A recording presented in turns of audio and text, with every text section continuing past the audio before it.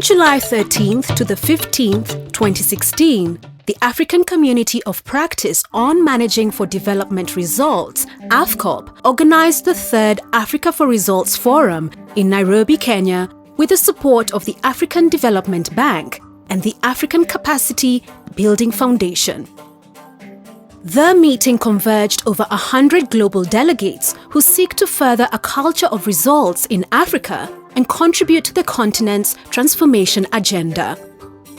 Africa's story of transformation remains one that is full of potential.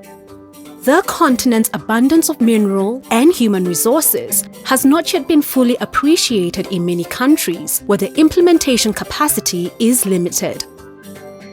Ladies and gentlemen, the Africa for Results Forum is a unique opportunity for members of the African Community of Practice for Managing for Development Results, as well as all development stakeholders, to reflect on how practitioners, policymakers and decision makers to align around how to deliver on development results on the continent. This year, the forum will be discussing how to mobilize domestic resources on the continent.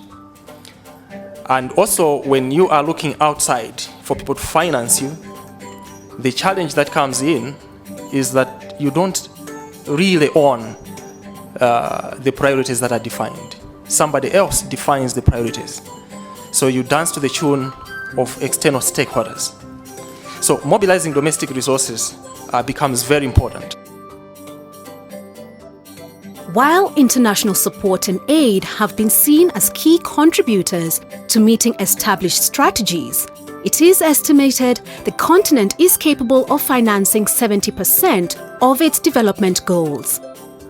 Launched in 2012, the Africa for Results initiative was developed by the AfCoP members as a regional approach to achieving sustainable growth and development through managing for results in Africa. Their 2016 forum focused on domestic resource mobilization as a key factor for Africa's transformation. In the countries, we have what we call a roadmap that the countries follow to ensure that the activities that we have put together bring together the issues that have been raised. Since we have raised the issue of DRM, it means that when the coaches, the focal points and so forth go back to their countries, when they bring the next activity on, they will bring the issue of DRM. By bringing that issue, it will not only be discussed, but also it will now go all the way up to the high level, because one of the key activity within the roadmap is having the high level seminar, during which the governments make commitments to buy into the result culture. So this is the way that value to bringing those to the point of governments and to policymakers that will make the difference in implementing whatever we have learned here. The meeting that involved decision makers, leaders, scholars and practitioners from public and private sectors, as well as civil society organizations, identified various avenues for domestic resource mobilization, but in particular, identified taxation and curbing illicit financial flows as having a key role. The lack of structures to take advantage of emerging opportunities in various thriving sectors of the economy have also contributed largely to the inefficiency of tax authorities in revenue collection. All the while, they struggle with a populace that have questions about their legitimacy and capacity. Statistics from the continent tell a story of creativity and a growing informal sector. Are there spaces within these sectors that can allow for contribution to development effectiveness on the continent?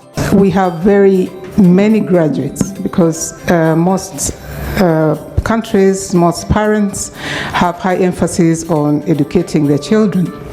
But governments do not have adequate jobs, formal jobs for young populations. That's one of the things.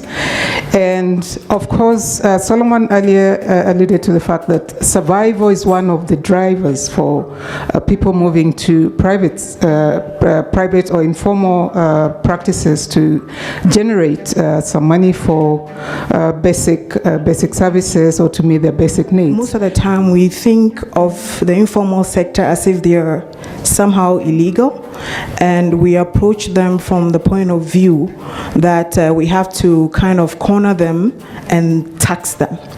But when we're talking about mobilizing resources for a country, I think we can all agree as citizens that taxation is not always the best. How can we resolve this issue? And once again, I'll divert myself slightly from your question in the sense that I would not want to focus entirely on taxing them in solution to regulation. I would like to look more at the topic of mobilizing. There is a lot of will to transform Africa's story of potential. As was illustrated by the case study for Malawi, innovations and good practices can be harnessed to tap into the approximately 5% economic growth that Africa has experienced in the last decade. There's need for a lot of tax education, because if I'm aware that I have an obligation as a citizen to pay that value-added tax, I will not accept somebody to offer me a lower price to evade the tax. I will not connive with a business person to do that. I will actually report it because it's a form of corruption.